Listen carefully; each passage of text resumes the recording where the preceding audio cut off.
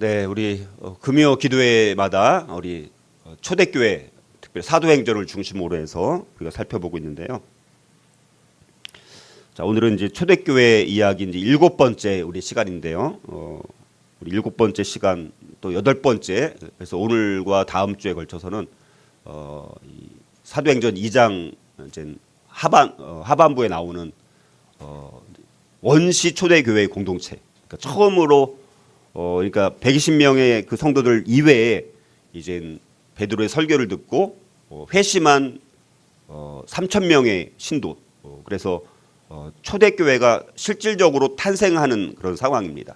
그러니까 120명의 그 성도들은 교회가 시작할 때 마치 개척 멤버와 같은 창립 멤버라고 한다라면, 이제 베드로의 설교를 듣고 3,000명의 신도들이 이제 늘어나게 되면서 물론 이제 그 사람들은 나중에 흩어지기도 하고 이제 그렇게 이제 되는데요. 그래서 그 부분도 함께 이제 살펴보는데, 오늘은 먼저 37절에서 41절까지를 우리 같이 봉독해 보겠습니다. 사도행전 2장 37절에서 41절을 우리 같이 읽겠습니다. 자, 시작. 그들이 이 말을 듣고 마음에 찔려 베드로와 다른 사도들에게 물어 이르되, 형제들아, 우리가 어찌할꼬 하거늘. 베드로가 이르되, 너희가 회개하여 각각 예수 그리스도의 이름으로 침례를 받고 죄 사함을 받으라.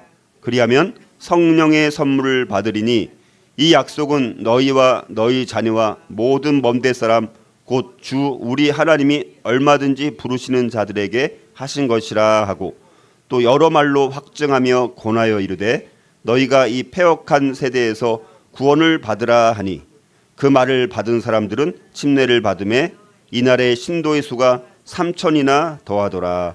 아멘.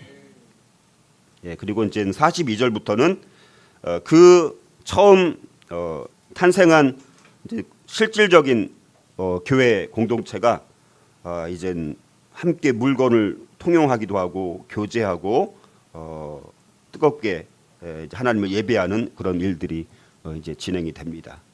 그러니까 어떤 면에서 보면 사도행전 2장 37절에서 47절까지가 초대교회의 가장 이상적인 모습이라고 할 수 있습니다. 어떤 면에서. 근데 우리가 이제 초대교회 넓게 보면 사도행전에 나오는 이 교회들의 모습이 이제 초대교회라고도 하는데, 그러나 우리 초대교회가 항상 모든 것이 완벽한 교회는 아니었다라는 것이죠, 그렇죠? 그러니까 사도행전에 나오는 초대교회의 모습들을 보면 다툼도 일어나고 갈등도 생기고 또 분열도 일어나고 이런 거잖아요. 근데 이제 우리가 읽은 사도행전 2장 37절부터 47절까지의 내용은 사실 어떤 문제가 있거나 이런 모습은 찾아볼 수 없는 가장 원시적이면서도 가장 이상적이고 가장 모범적이고 가장 완벽한 초대교회의 모습이 이제 우리가 오늘과 다음 주에 살펴보게 되는 이 두 번에 걸쳐서 살펴보게 되는 사도행전 2장 37절에서 47절까지가 바로 그런 모습이라고 볼 수 있습니다. 자, 그래서 그 교회는 다시 말하면 성령의 임재하심이 아주 충만했던 교회입니다. 성령의 강력한 임재하심이 충만했던 교회. 그리고 그 교회는 우리가 따라가야 될 진짜 초대교회로 돌아가자라고 했을 때 바로 우리가 살펴보게 될 사도행전 2장 37절에서 47절이 우리 초대교회로 돌아가자라고 했을 때 가장 거기에 해당되는 본문이 바로 이 부분이라고 이제 볼 수가 있습니다. 굉장히 역동적이었던 모습, 그리고 누가 강요해서 되는 것이 아니라 자발적인, 너무나 또 자연스럽고 자유스럽고 역동적이고 누구나 다 참여할 수 있도록 열려있는, 그러면서도 또 예측할 수 없는 일들이 막 일어났던, 그러다 보니까 이게 정말 너무너무 우리가 이제 따라가고 싶은 교회 모습이라고 우리가 볼 수 있습니다. 자, 그래서 요거를 이제 자, 오늘은 이제 그래서 초대교회 이야기 이제 7번째 7번, 그래서 침례를 받은 최초의 신자들, 그러니까 세례를 받은 최초의 신자들. 자, 이 부분을 오늘 이 부분만 살펴보고 우리가 다음 주에는 42절부터 또 여러 가지 내용들을 함께 살펴보도록 하겠습니다. 자, 초대교회 이야기 7번째는 침례받은 최초의 신자들이 나오는데요. 신약 시대 최초의 교회라고 할 수 있는 교회, 이 예루살렘 교회죠. 그래서 120명의 성도들부터 시작된 이 예루살렘 교회. 근데 베드로의 오순절 성령 강림 사건 이후에 베드로가 성령의 충만함을 먼저 받은 것이죠. 그래서 강력한 설교를 하게 되면서 이때 세계 곳곳에서 방문했던 이 많은 유대인들과 또 이미 유대에 살고 있었던 유대인들, 이들을 중심으로 그 설교를 듣고 마음의 찔림을 받고 회개하면서 여러 베드로의 또 설교를 듣고 권면을 듣고 거기서 진짜 회개하는 역사들이 일어나게 되면서 무려 3,000명이나 이제 침례를 받고 성도 수가 이렇게 늘어나는 더해지는 엄청난 놀라운 역사가 있었던 그 날입니다. 자, 그래서 이거를 통해서 우리 교회, 오늘날 교회가 이런 성령의 임재하심과 성령의 충만함이 있는 그런 초대교회로 돌아가기 위해서 우리가 어떻게 해야 될 것인가, 이 부분을 이젠 총 9가지를 살펴볼 텐데 오늘 2가지만 함께 우리가 살펴보고자 합니다. 그래서 초대교회 이야기 7번째 해당되는 내용에서만 2가지를 우리가 찾아보고요. 다음 주에는 또 7가지를 더 추가해서 정말 오늘날 동일한 이 초대교회 강력했던 역동적인 정말 충만한 성령의 임재하심으로 충만하고 또 이 강력한 하나님의 은혜가 넘쳤던 초대교회로 우리가 돌아가기 위해서 오늘날 교회 또 우리 교회가 어떻게 해야 되는지 함께 우리가 살펴보는 시간이 되었으면 좋겠습니다. 첫 번째는요. 자, 참된 회개의 체험이 있는 교회 공동체가 되는 것이 필요합니다.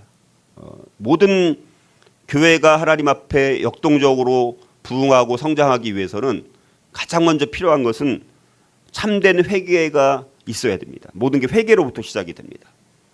회개가 없이는 되지가 않는 것이죠. 그래서 오늘 이 37절, 38절 다시 한번 제가 읽어보겠습니다.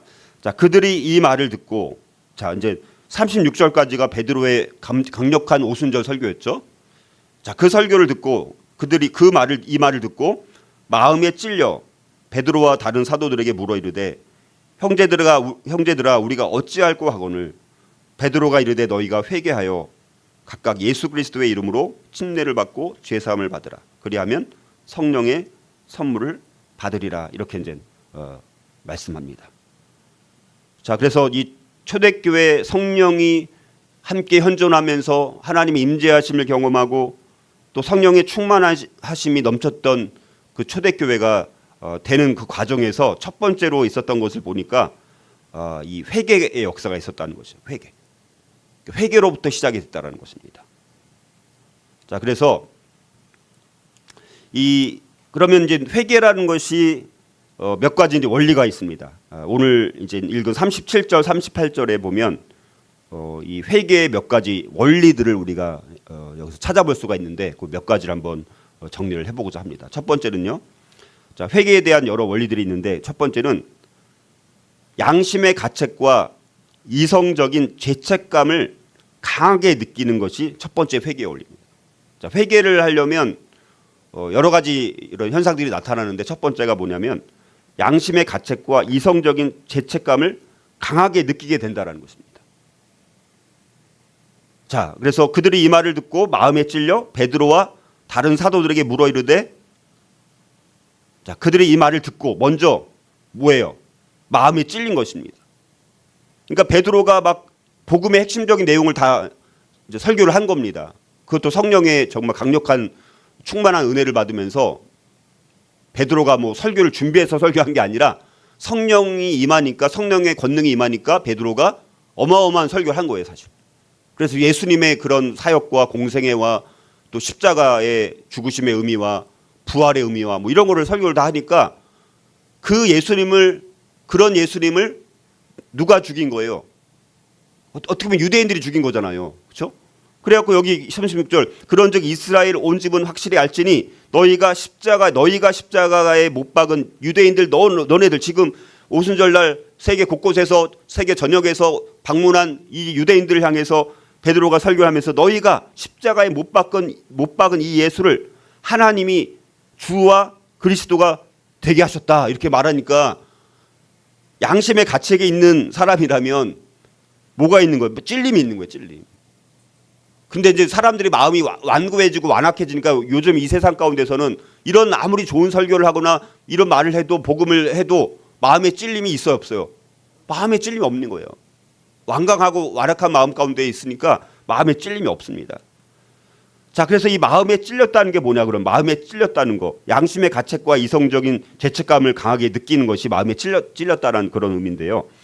자, 복음의 메시지를 듣게 되면 진짜 복음의 메시지를 듣게 된다면 자, 근데 회개로 나가야 되는 게 정상인 거예요. 그렇죠? 영적으로 봤을 때는 이게 정상인데 근데 사람들이 어떻습니까? 회개로 나가야 안 나가요? 안 나가는 거예요. 왜? 그러면서 뭐를 변명을 대는 것이죠. 핑계를 댑니다. 자기 합리화. 이게 인간의 본능적인 본성의 성향입니다. 이게. 그러니까 우리가 믿은 게 은혜고 기적이에요. 그러니까 우리도 똑같은 사람들이었습니다. 자, 그런데 마음에 정말 찔림이 있는 경우에는 양심의 가책을 느끼는 거예요.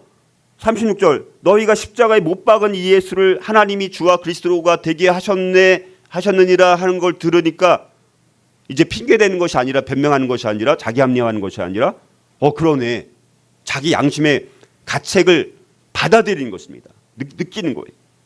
그래서 이성적으로 생각을 하면서 죄책감을 강하게 느끼게 되는 것입니다. 자, 그래서 이거는 다시 말하면 마음이 막 절단되는 거예요. 마음이 막 찢겨지는 것입니다. 그 마음에 찔렸다는 것은 마음에 찔리는 것이 우리가 가시로 조금 찔리는 것도 가시로 찔려도 아파요 안 아파요? 아프잖아요. 가시에 찔린 건 아픈데 이 복음의 메시지를 듣고 마음에 찔림이 있는 게 당연한 거예요. 왜냐하면 말씀은요 칼 같은 거예요. 메스 같은 의사들이 아주 잘 드는 칼로 수술을 집도를 하잖아요. 아무 칼로 하는 게 아닙니다. 매우 잘 드고 아주 날카로운 메스를 통해 갖고 수술을 하는 것처럼 복음의 메시지는 마음을 절단하게 되는 거예요. 찢겨지는 게 찔림이 생겨야 되는 것입니다. 그리고 자기의 죄에 대한 참된 수치심. 이제는 그래 내가 예수님을 주와 그리스도로 되게 하신 그 예수님을 나도 그 십자가에 예수님이 달리셨을 때 나도 그분을 십자가에 못 박는데 막 찬송하고 박수치고 심지어 지나가다가 예수님이 계시길래 십자가에 매달린 예수님을 계시길래 사흘 만에 성전을 다시 짓는 자여 막 놀렸던 거 이런 것들이 이제 수치심으로 이제 느껴지는 거예요. 그리고 죄를 느끼니까 근심이 생기는 것입니다. 그래 내가 참 예수님을 나도 십자가에 못 박게 했네. 그리고 용서를 구하는 진정한 애통이 있게 되는 거예요. 여기서 마음에 찔렸다라는 것은 그래서 애통하는 마음이 생긴 거예요. 애통하는 마음이 생기니까 두 번째로 그래서 회개에 대한 첫 번째 원리가 뭐라고요? 양심의 가책과 이성적인 죄책감을 강하게 느껴야 된다는 것입니다. 두 번째는요. 회개에 대한 원리는 뭐냐? 그다음에 죄를 이제 애통하는 거예요. 아까 이제 여기 애통하는 것까지 가야 되는 이게 연결되는 것입니다. 이게 그러니까 다 연결되는 거예요. 다. 그래서 죄를 애통해야 하는 것입니다. 그래서 마음에 찔리고 수치심이 생기고 예수님을 십자가에 못 박힌 것이 자기 죄 때문이라는 것처럼 느껴지고 막 그러니까 애통함이 마음이 생기는 거예요. 근데 애통함이 생겼을 때 그냥 가만히 있으면 안 되는 거잖아요. 그러니까 이 사람들이 이제 뭐라고 말을 하는 거예요. 형제들아 우리가 어찌할꼬. 자, 그래서 자기들이 이제는 수치심을 깨닫고 죄라는 것을 어느 정도 이제 느끼게 되니까 양심의 가책을 느끼고 찔림을 받으니까 그 다음에 이제 죄를 애통하는 걸 뭘로 표현하는 거예요. 형제들아 우리가 어찌할꼬 이렇게 하는 거예요. 우리가 어찌할꼬 여기 우리가 어찌할꼬라는 것이 죄를 애통하는 그 심정이 담겨져 있는 것입니다. 자, 우리가 어찌할꼬 형제들아 우리가 어찌할꼬라고 말하는 것은 필사적인 부르짖음을 말하는 필사적인 부르짖음. 정말 마음에 찔렸는데도 그걸로 끝나면 안 되는 거예요. 그렇죠? 형제들아 그러면 우리가 어찌 해야 됩니까? 사도들을 향해서 그렇게 물어보는 것입니다. 필사적인 부르짖음이 그 단순히 그냥 묻는 것이 아니라 필사적으로 그러면 우리가 어찌해야지 되겠습니까? 간절한 필사적인 부르짖음으로 나아가는 것입니다. 자, 이거는 다른 말로 말하면 사도행전 16장 30절에서 그들을 데리고 나가 이르되 선생들이여 내가 어떻게 하여야 구원을 받겠습니까? 이렇게 물어보는 겁니다. 바울도 자기가 회개할 때 내가 이르되 주님 무엇을 하리이까? 무엇을 하리이까라고 죄를 애통하는 것으로 연결이 된다는 것이죠. 죄에 대한 상한 심령, 다시 말해서 찢긴 마음이 우리를 회개로 인도하게 됩니다. 그러니까 회개라는 것이 갑자기 막 점프해서 물론 뭐 회개가 될 수도 있겠지만 지금 이런 단계가 그 짧은 시간 안에 진행이 된다는 거예요. 우리도 예수님을 믿었을 때 아마 이런 경험을 아마 겪었을 가능성이 많다는 것입니다. 그러니까 우리가 불신자에서 그리스도인으로 되는 과정 속에서 근데 이제 우리가 대부분 오늘날 너무 제가 말씀드렸던 것처럼 이 구원을 얻는 과정이 너무 쉽게 되는 거예요. 예수님을 영접한다는 게 무슨 의미인지도 모르고 예수님을 영접하면 구원을 받는다고 하니까 물론 그것을 정말 깨닫고 순간적으로 깨달아서 그렇게 고백해서 정말 구원을 받는 경우도 물론 있습니다. 그거는 뭐 다 단정 지을 수는 없어요. 하지만 이런 의미를 제대로는 알고 그 다음에 영접하는 게 필요한 것이죠. 자, 그래서 죄에 대한 상한 심령, 다시 말해서 찢긴 마음이 우리를 회개로 인도하게 되는 것입니다. 자, 마치 이건 이사야 53장 5절 말씀처럼 그가 찔림은 우리의 허물 때문이요 그가 상함은 우리의 죄악 때문이라. 그가 징계를 받음으로 우리는 평화를 누리고 그가 채찍에 맞음으로 우리는 나음을 받았도다. 자, 이런 말씀처럼. 자, 그다음에 세 번째로 회개에 대한 원리들은 세 번째는 이제 회개하는 과정이에요. 이제 구체적으로 회개하는 과정을 말합니다. 자, 그래서 이제는 뭡니까? 베드로가 이르되 자, 그렇게 물어보니까 베드로가 대답을 해야죠. 그렇죠? 우리가 어찌할꼬 애통해하면서 물어보니까 사도 바울이 대답을 하는 것입니다. 그래서 베드로가 이르되 너희가 회개하여. 자, 베드로가 처음 말하는 게 뭡니까? 처음에 하는 게 회개하라는 거예요. 회개. 자, 회개하는 것, 회개에 대한 원리 세 번째가 회개입니다. 근데 회개는 매우 구체적으로 이제 설명을 드리는 거예요. 자, 그래서 너희가 회개하여. 자, 성경에서 회개를 말할 때는 보통 이제 세 가지가 나오는데요. 세 가지. 첫 번째는 죄에 대한 생각의 변함. 죄에 대한 생각. 사람들은 불신자들 물어보면 자기는 죄를 지은 적이 없대요. 심지어 그렇게 말하는 사람들도 있는 거예요. 그러니까 죄에 대한 생각이 자기가 생각하는 대로 이제 죄라는 개념을 모르고 자기가 정의하는 죄로 보니까 자기는 사람을 죽인 적도 없고 내가 뭐 도둑질을 한 적도 없고 자기는 그냥 뭐 법대로 살았다라고 스스로 생각하는 거예요. 그러니까 죄에 대한 성경의 개념과 다른 개념을 갖고 있는 거예요. 똑같은 죄에 대해서 다른 개념을 갖고 있는 거예요. 근데 그래서 회개를 말할 때 성경에서 뭐냐? 죄에 대한 생각이 바뀌는 거예요. 자, 죄에 대한 그다음에 감정의 변화입니다. 옛날에는 죄에 대해서 이건 죄로 안 느꼈는데 이게 죄였네? 내 감정의 변화를 느끼는 것입니다. 세 번째는요. 방향을 바꾸는 거예요. 이제 방향을 바꿔갖고 이게 죄라는 것을 알게 됐으니까 생각이 바뀌고 이건 죄라는 것을 느끼게 되니까 그러면 죄로부터 가까워져야 돼요? 멀어져야 돼요? 멀리 가는 거잖아요. 그렇죠? 여기까지가 이 회개라고 볼 수 있습니다. 자, 그래서 다윗의 이 고백이 회개의 이런 측면을 가장 잘 반영된 고백인 것 같아요.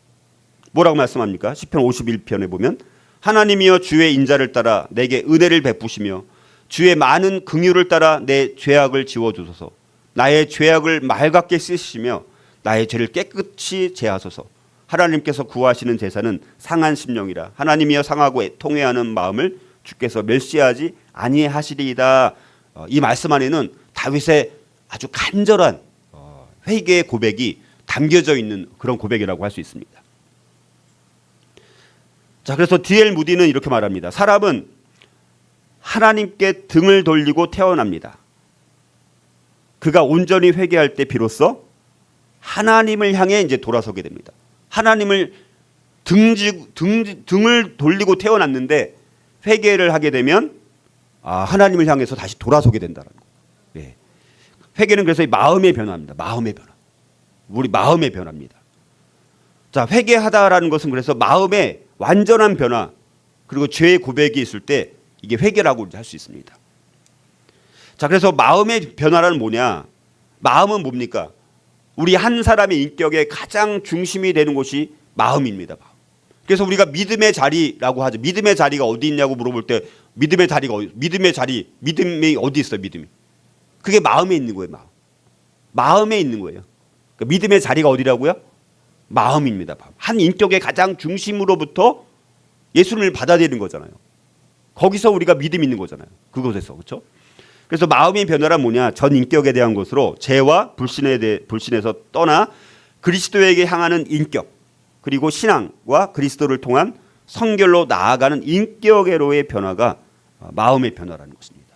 그러니까 회개라는 것은 그냥 한 번 돌이키는 이런 개념이 아니라는 것입니다. 지금 말씀드린 이런 개념이 다 이제 포함되는 개념이라고 볼 수가 있습니다.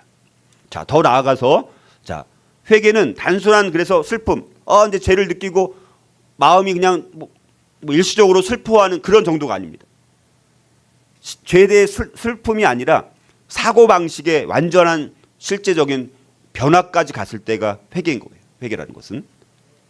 자, 회개는 그래서 우리의 목적, 우리의 방향, 가치를 변화시키는 가장 기본적이고도 진정한 생각, 마음의 변화가 바로 회개라는 것입니다. 자, 그래서 회심이란 수치심이 없이 회심은 없는 거예요. 그래서 우리가 회개를 하고 회심한다라고 했을 때는 아까 말씀드렸던 것처럼 수치심을 느껴야 되는 거예요. 근데 자기가 주님을 영접하고 회개하는 과정을 한다라고 하는데 나는 수치심이 전혀 안 느껴져요. 그럼 이게 정상이 아니라는 것입니다. 성경적으로 봤을 때는. 그리고 갈보리 십자가만을 의지함이 없이는 회심은 없다는 것입니다.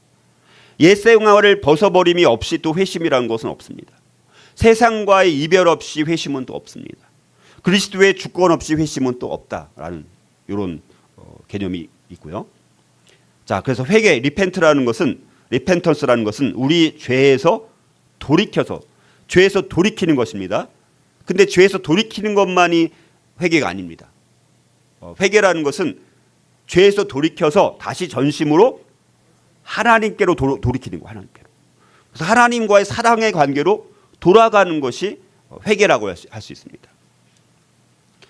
그래서 단순한 죄의 고백이나 죄에 대한 근심이나 아니면 잠시 동안 행동 개선을 하는 것만으로는 충분하지 않다라는 것입니다.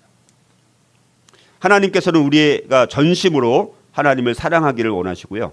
우리가 하나님과 사랑의 관계로 돌아갈 때 우리 삶의 그 변화의 열매를 결국 맺을 수 있게 된다라는 것입니다. 자, 그다음에 또 회개에 대한 또 원리 네 번째는요. 자, 이렇게 지금 회개를 했습니다. 자, 그러면 회개에 대한 원리 네 번째는 뭐냐? 죄로부터 멀어져야 돼요. 죄로부터 멀어져. 근데 막 회개를 했다라고 하는데 여전히 삶의 변화가 하나도 없고 옛날 옛 방식대로 살았던 과거의 삶을 여전히 따라가는 사람들이 상당히 사실 많이 있습니다. 그건 회개가 안 된 거예요. 그런 경우. 네, 잘 안 되죠. 어찌됐든. 자, 그래서 죄로부터 멀어지는 것인데, 자, 그래서 너희가 회개한다라는 말은 또 뭐냐? 죄로부터 멀어지는 거예요. 죄로부터. 자, 근데 이제 우리의 삶은 원래는 어땠습니까? 처음에는 죄를 좋아했습니다. 죄를 좋아했어요. 자, 믿기 전에는 예수님을 정말 제대로 믿기 전에는 죄를 누구나 다 좋아했어요. 다 죄를 좋아합니다. 사실은요. 두 번째는요. 그 다음에 회개한다라는 것은 죄로부터 멀어진다는 것은 뭐냐? 죄를 좋아했던 우리 삶이 이제는 예수님을 알고 성경을 알고 하나님을 알게 되니까 죄를 이제 싫어하게 되는 것입니다. 옛날에는 죄를 좋아했어요. 쾌락적으로 따라가는 걸 선호했습니다. 자, 근데 내가 믿고 나서 제대로 회개하고 나니까 죄가 어떻게 되는 거예요? 이제 싫어지는 거예요. 죄가 싫어집니다. 자, 이걸로 또 끝나면 안 돼요. 그 다음에는 죄를 이제는 증오하게 되는 것입니다. 죄를 아예 싫어하는 정도가 아니라 와, 이거는 정말 그 죄의 이 본질적인 의미들을 깨달으니까 정말 더럽고 악한 거예요. 너무 심각하다는 것을 아니까 죄를 어떻게 하게 되는 겁니까? 증오하게 돼요. 그러니까 우리가 이 단계까지 가야 되는 것이죠. 자, 그다음에 네 번째는요. 증오하는 것을 넘어서 죄를 혐오해야 돼요. 혐오. 죄 자체를 혐오해야 돼요. 근처도 가지 말아야 돼요. 어떤 타협도 하지 말아야 돼요. 혐오해야 돼요. 혐오. 증오를 떠나서 혐오까지 갈 수 있어야 됩니다.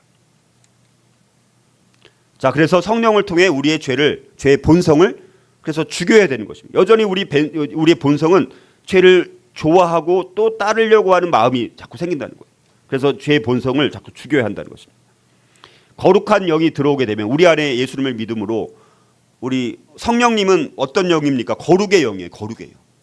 내가 예수님을 정말 나의 구주와 주님으로 인격적으로 온전히 받아들여서 하나님께 내 주권을 완전히 맡기는 그런 내가 영접을 했다라면 그때 이제 제대로 된 회개를 하면 그때 이제 거룩의 영이 들어오는 거잖아요. 성령님이. 그러면 이제 내 안에 옛 성품이 남아 있는 거잖아요. 그렇죠? 그러니까 충돌이 일어나는 거예요. 충돌. 거룩의 영이 내 안에는 더러운 영이 내 안에 있었는데 이제는 내가 예수님을 정말 제대로 영접함으로 거룩의 영이 내 안에 내주하게 되는 거잖아요. 영적으로 내 안에 이제 들어오시는 거예요. 성령님이. 그러면 이제 충돌이 일어나는 거예요. 자, 그래서 이제 거룩한 열망이 생기게 되는 거예요. 거룩의 영이 들어오니까 그게 씨앗처럼 자리 잡아서 거룩한 열망이 내 안에 생기게 되는 거예요. 그래서 그런 열망은 죄를 싫어하게 되어 있다는 거예요. 죄는 하나님을 멸시하는 것이고 우리가 그 결과로 이웃과 사람에 대해서 멸시하게 되는 것입니다. 이것은 가장 중요한 단계인데 왜냐하면 죄로부터 멀어질 만큼 악을 미워하지 않는다면 다시 죄로 돌아갈 것이기 때문이라는 것입니다. 자, 우리는 그래서 죄의 사슬을 끊고 로마서 13장 14절 말씀처럼 오직 주 예수 그리스도로 옷 입고 정욕을 위하여 육신의 일을 도모하지 말아야 한다라는 것입니다. 자, 그다음에 회개에 대한 원리 다섯 번째는요. 마지막으로 하나님께서 원하시는 행동을 해야 돼요. 그냥 열망만 갖고 그냥 마음만 있으면 되는 게 아닙니다. 자, 그래서 너희가 회개한다라는 것은 이 다섯 번째 단계까지 가야 되는 거예요. 그래서 하나님께서 원하시는 행동을 하는 것입니다. 자, 우리의 삶은 그래서 정말로 회개의 역사가 일어나면 하나님을 사랑하지 않는 것, 하나님을 이제 죄를 싫어하는 것도 이제 당연하지만 내가 이제 적극적인 힘으로 하나님을 사랑하지 않는 것, 내가 이웃을 사랑하지 않는 것도 싫어지게 되어야 돼요. 우리 이제 여기까지 잘 안 가거든요, 보통. 그냥 죄를 싫어하는 것까지는 우리가 인정. 근데 하나님을 사랑하지 않는 것, 이웃을 사랑하지 않는 것도 그거 자체도 싫어지는 거예요. 그만큼 거룩한 열망이 내 안에 막 가득 넘치니까 여기까지 이제 발전하게 되는 것입니다. 그래서 아까 연속선상입니다. 아까 이어지는 거. 그래서 결국 죄에 대해서 이제 포기하게 되는 거예요. 죄를 이제 포기하게 돼요. 죄를 이제 완전히 내가 버리기로 결단을 하는 것입니다. 하나님을 사랑하는데 보니까 방해가 되는 거예요. 이 죄라는 것이. 그래서 이런 거를 이제 완전히 내가 포기할 것을 결단을 내리는 것입니다. 그래서 회개는 우리의 마음, 과거 우리의 타고난 본성인 교만한 마음, 또 하나님과 내가 같아지기를 원하고 스스로 내 삶을 내가 주관하는 마음, 자, 이거를 바꾸게 하는 것입니다. 회개는. 자, 이것이 바로 우리가 회개할 때 하나님께서 원하시는 것입니다. 자, 그리고 마지막으로 참된 회개를 하게 되면 궁극적으로 예수 그리스도에 대한 믿음과 소망과 사랑이 생기게 됩니다. 그래서 내가 정말 예수님에 대한 믿음, 소망, 사랑, 이것이 내 마음을 이제 충만하게 하다 보니까 이제 삶에 이제 많은 변화가 일어나게 되어지고 삶의 열매를 이제 그때부터 본격적으로 이제 맺게 되는 것입니다. 자, 적극적인 의미인 거예요. 그래서 회개라는 것은 앞에 네 가지는 소극적임이라면 뒤에 이 다섯 번째, 여섯 번째는 적극적인 의미인 거예요. 적극적인 의미. 우리가 회개의 적극적 의미까지 우리가 가야 되는 것입니다. 자, 이렇게 삶의 전 영역에 대한 그리스도의 주권이 구원에 있어서 반드시 필요하다라는 것입니다. 자, 그래서 다섯 가지 우리 회개의 원리들을 우리가 살펴봤고요. 자, 그래서 우리가 이제 근데 이제 여기 베드로가 이르되 너희가 회개하여 각각 예수 그리스도의 이름으로 침례를 받고 죄 사함을 받으라. 그리하면 이제 성령의 선물을 받으리니. 그런데 이거는 우리가 선물입니다. 선물. 우리 이제 하나님께서 주시는 선물입니다. 이거는. 자, 그래서 우리 첫째 우리 참된 회개의 체험이 있는 교회 공동체가 될 것을 살펴봤고요. 자, 두 번째는요. 우리 교회 공동체가 성령의 임재하심과 충만함이 있는 초대교회로 돌아가면 어떻게 될까? 두 번째는요. 구원의 확인과 신앙 고백 차원에서 침례를 받은 교회 공동체가 되어야 합니다. 자, 침례를 받으라고 말했습니다. 회개하여, 그렇죠? 자, 베드로가 이르되 너희가 회개하여 각각 예수 그리스도의 이름으로 침례를 받고 제사함을 받으라. 자, 그래서 회개한 다음에 이제 침례, 물론 그렇다고 해서 침례 자체가 구원을 이제 뭐 구원을 하게 만드는 것은 아니에요. 이 침례라는 것 자체는. 그러나 우리가 회개하고 이렇게 이제 신앙 고백 차원에서 구원의 확인 차원에서 신앙 공동체 앞에서 신앙 고백을 하는 차원이 침례라는 개념입니다. 그래서 우리가 장로교회에서 말하는 유아 세례와 우리 심례교회에서 말하는 침례가 약간은 의미가 좀 다릅니다. 그래서 우리가 더 성경적으로 깊이 들어가 보면 이 침례의 성경적 의미가 훨씬 더 깊다라는 것을 우리가 알 수가 있는데요. 그래서 우리가 이 정말 하나님 앞에 성령의 임재하심과 충만함이 있는 초대교회 같은 그런 모습으로 돌아가려면 우리가 이제 침례를 받아야 되는 거예요. 근데 그 침례라는 것이 아까 그 진짜 회개를 먼저 해야 돼요. 회개가 전제가 되어야 되는 거예요. 그렇죠? 회개 없이 만약에 그냥 침례를 받으면 뭐 구원을 준다고 하니까 그렇게 침례를 받는 경우도 있잖아요, 사실. 그것은 안 되는 거예요. 그러니까 아까 말한 전제는 뭐냐? 첫 번째 말씀드렸던 성경에서 말하는 그 회개 단계를 반드시 거치고 정말 그렇다면 내가 그러면 우리 신앙 고백 차원에서 신앙 공동체 앞에서 내가 이 같이 침례를 받는 그 행위를 하는 거예요. 의식으로서. 그래서 이거는 제가 늘 말씀드렸던 것처럼 우리가 그래서 보면 이제 39절에서 보면 이 약속은 너희와 너희 자녀와 모든 먼데 사람 곧 주 우리 하나님이 얼마든지 부르시는 자들에게 하신 것이라 하고 그다음에 40절 또 여러 말로 확증하며 권하여 이르되 너희가 이 패역한 세대에서 구원을 받으리라 하니 그 말을 듣고 이제는 이 사도 베드로의 회개할 것과 뭐 침례를 받아야 될 것과 여러 가지 기타 이런 권면의 말씀과 여러 가지 확증해 주는 말을 이제 듣고 나니까 이제 이 사람들이 이제는 그거를 받고 이제 회개하고 그 말을 받은 사람들은 침례를 받음에 이날에 신도의 수가 무려 3,000이나 더하더라. 그러니까 어마어마한 거죠. 그렇죠? 엄청나게 많은 사람들이 침례를 받은 거예요. 그러니까 베드로의 설교가 참 복음의 핵심 본질이 그 안에 다 사실 들어가 있었던 것도 다 중요한 것 같아요. 그리고 이제 하나님께서는 초대교회가 탄생하는 그런 상황이니까 베드로로 하여금 성령의 충만함을 받게 하고 또 베드로가 생각하지 못한 것까지 성령께서 다스려 주셔가지고 또 이제 보혜사 성령님께서 계속 말씀하게 이제 해 주셔가지고 복음의 핵심 요소를 다 설교를 하고 나니까 사람들이 그걸 듣고 이제 침례를 이제 받은 것 아닙니까? 그때 그러니까 3,000명이나 이제 신도의 수가 더해지는 엄청난 역사가 있게 되어집니다. 자, 그래서 여기 침례를 받는다라는 거. 그래서 오늘 요거 이제 세 가지만 정리하고 마치도록 하겠습니다. 자, 그래서 우리가 침례라는 것은 그리스도와 연합하는 삶이에요. 그리스도와 연합하는 삶이에요. 자, 그래서 이거를 그리스도와 연합하는 삶을 살아가기 위해서 신앙 공동체 앞에서 고백하고 결단해야 될 거 뭐냐? 첫째는 뭐냐? 침례를 받는 의미가 뭔지 이걸 세 가지로 설명을 하면요. 우리가 작년에 침례식 했었잖아요, 그렇죠?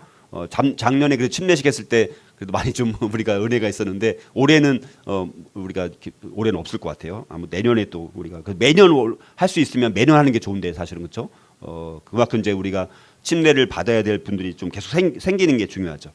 첫 번째에서 침례라는 것은 이제 처음에 어떻게 합니까? 물 속에 들어가는 거잖아요. 물 속에 이제 침수 들어가는. 그 다음에 잠시 멈춥니다. 약간.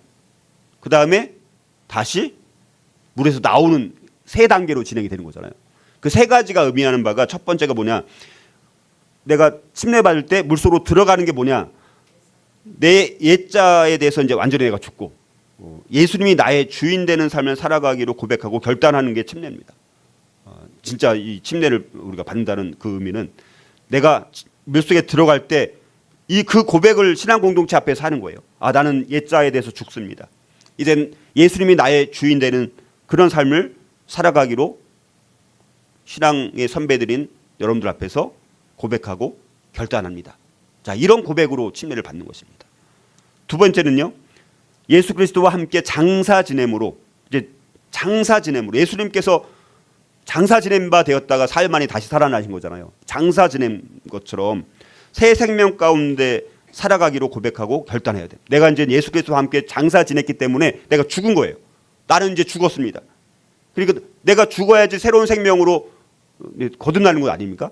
그래서 내가 이제는 내 옛자는 다 죽고 장사 지냈고 나는 새 생명 가운데 살아가기로 여러분들 앞에서 고백하고 결단합니다. 자, 이런 고백입니다.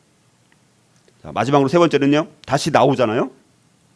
자, 미래뿐만 아니라 미래 물론 주님의 재림으로 그때 완벽한 부활이 되고 물론 이 땅에서 우리가 살다가 죽으면 셋째 하늘에서 우리가 영적인 부활을 물론 하지만 그런 미래뿐만 아니라 내 현재의 삶 가운데서도 주님의 부활에 내가 동참하기로 고백하고 결단하는 이 행위가 바로 우리 침례가 갖고 있는 영적 의미라고 우리가 할 수가 있습니다.